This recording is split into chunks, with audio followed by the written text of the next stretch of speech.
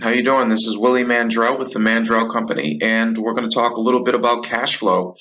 Three ways to improve your rental property's cash flow. I'll get right into it. The number one way you can improve your cash flow is by reducing your cost, reducing your expenses. Um, if you have a property, you have income and you have expenses.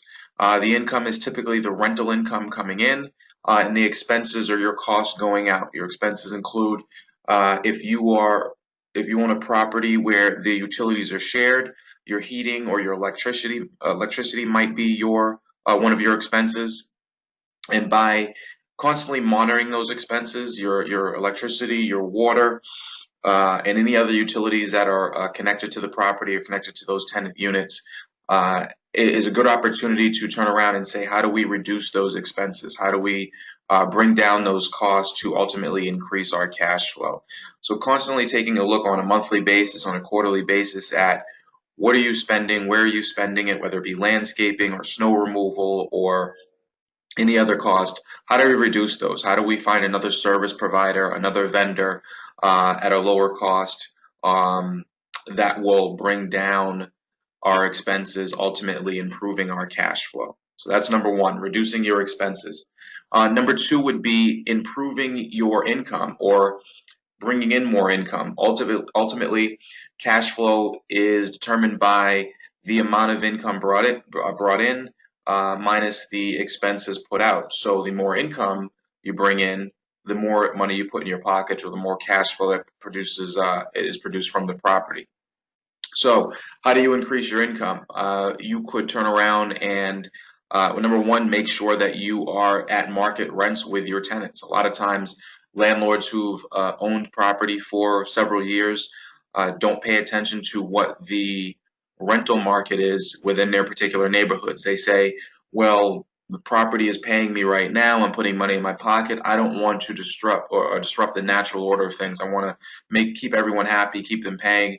But as the years go by, you start to slowly get behind. The market rent for a three-bedroom in your neighborhood might be 2,500, and you're still charging 18 or 2 grand or somewhere near that mark, which is significantly lower than the market rates.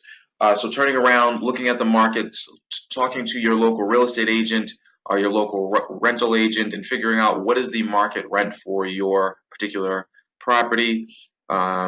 Going back to your tenants in a systematic and organized way, so not to upset the natural order of things, and slowly increasing those rents and getting them back up to market. As your rents increase, you're producing more income and ultimately producing more cash flow for your property.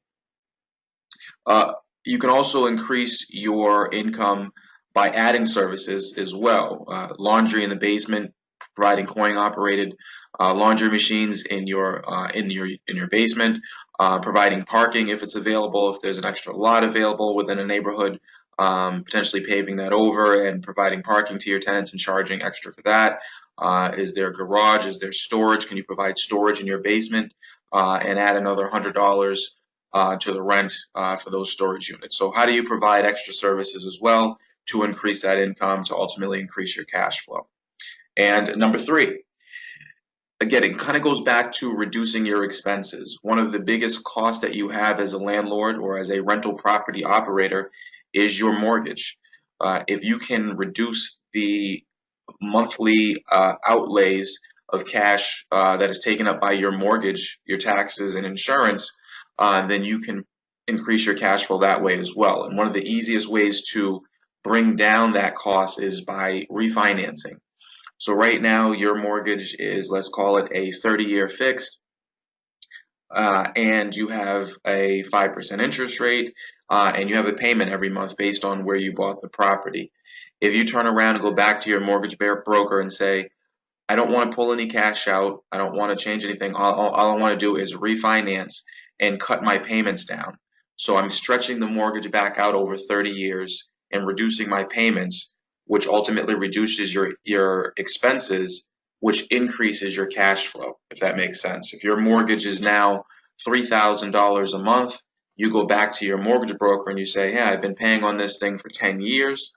I have 20 years left, but I'd like to stretch the mortgage back out over a new 30-year period, assuming that the interest rates are somewhere around where they were when you bought the property, hopefully lower. That new 30-year mortgage will actually bring down that $3,000 payment, hopefully closer to a little over $2,000. Now putting closer to $800 to $1,000 back into your pocket, increasing your cash flow.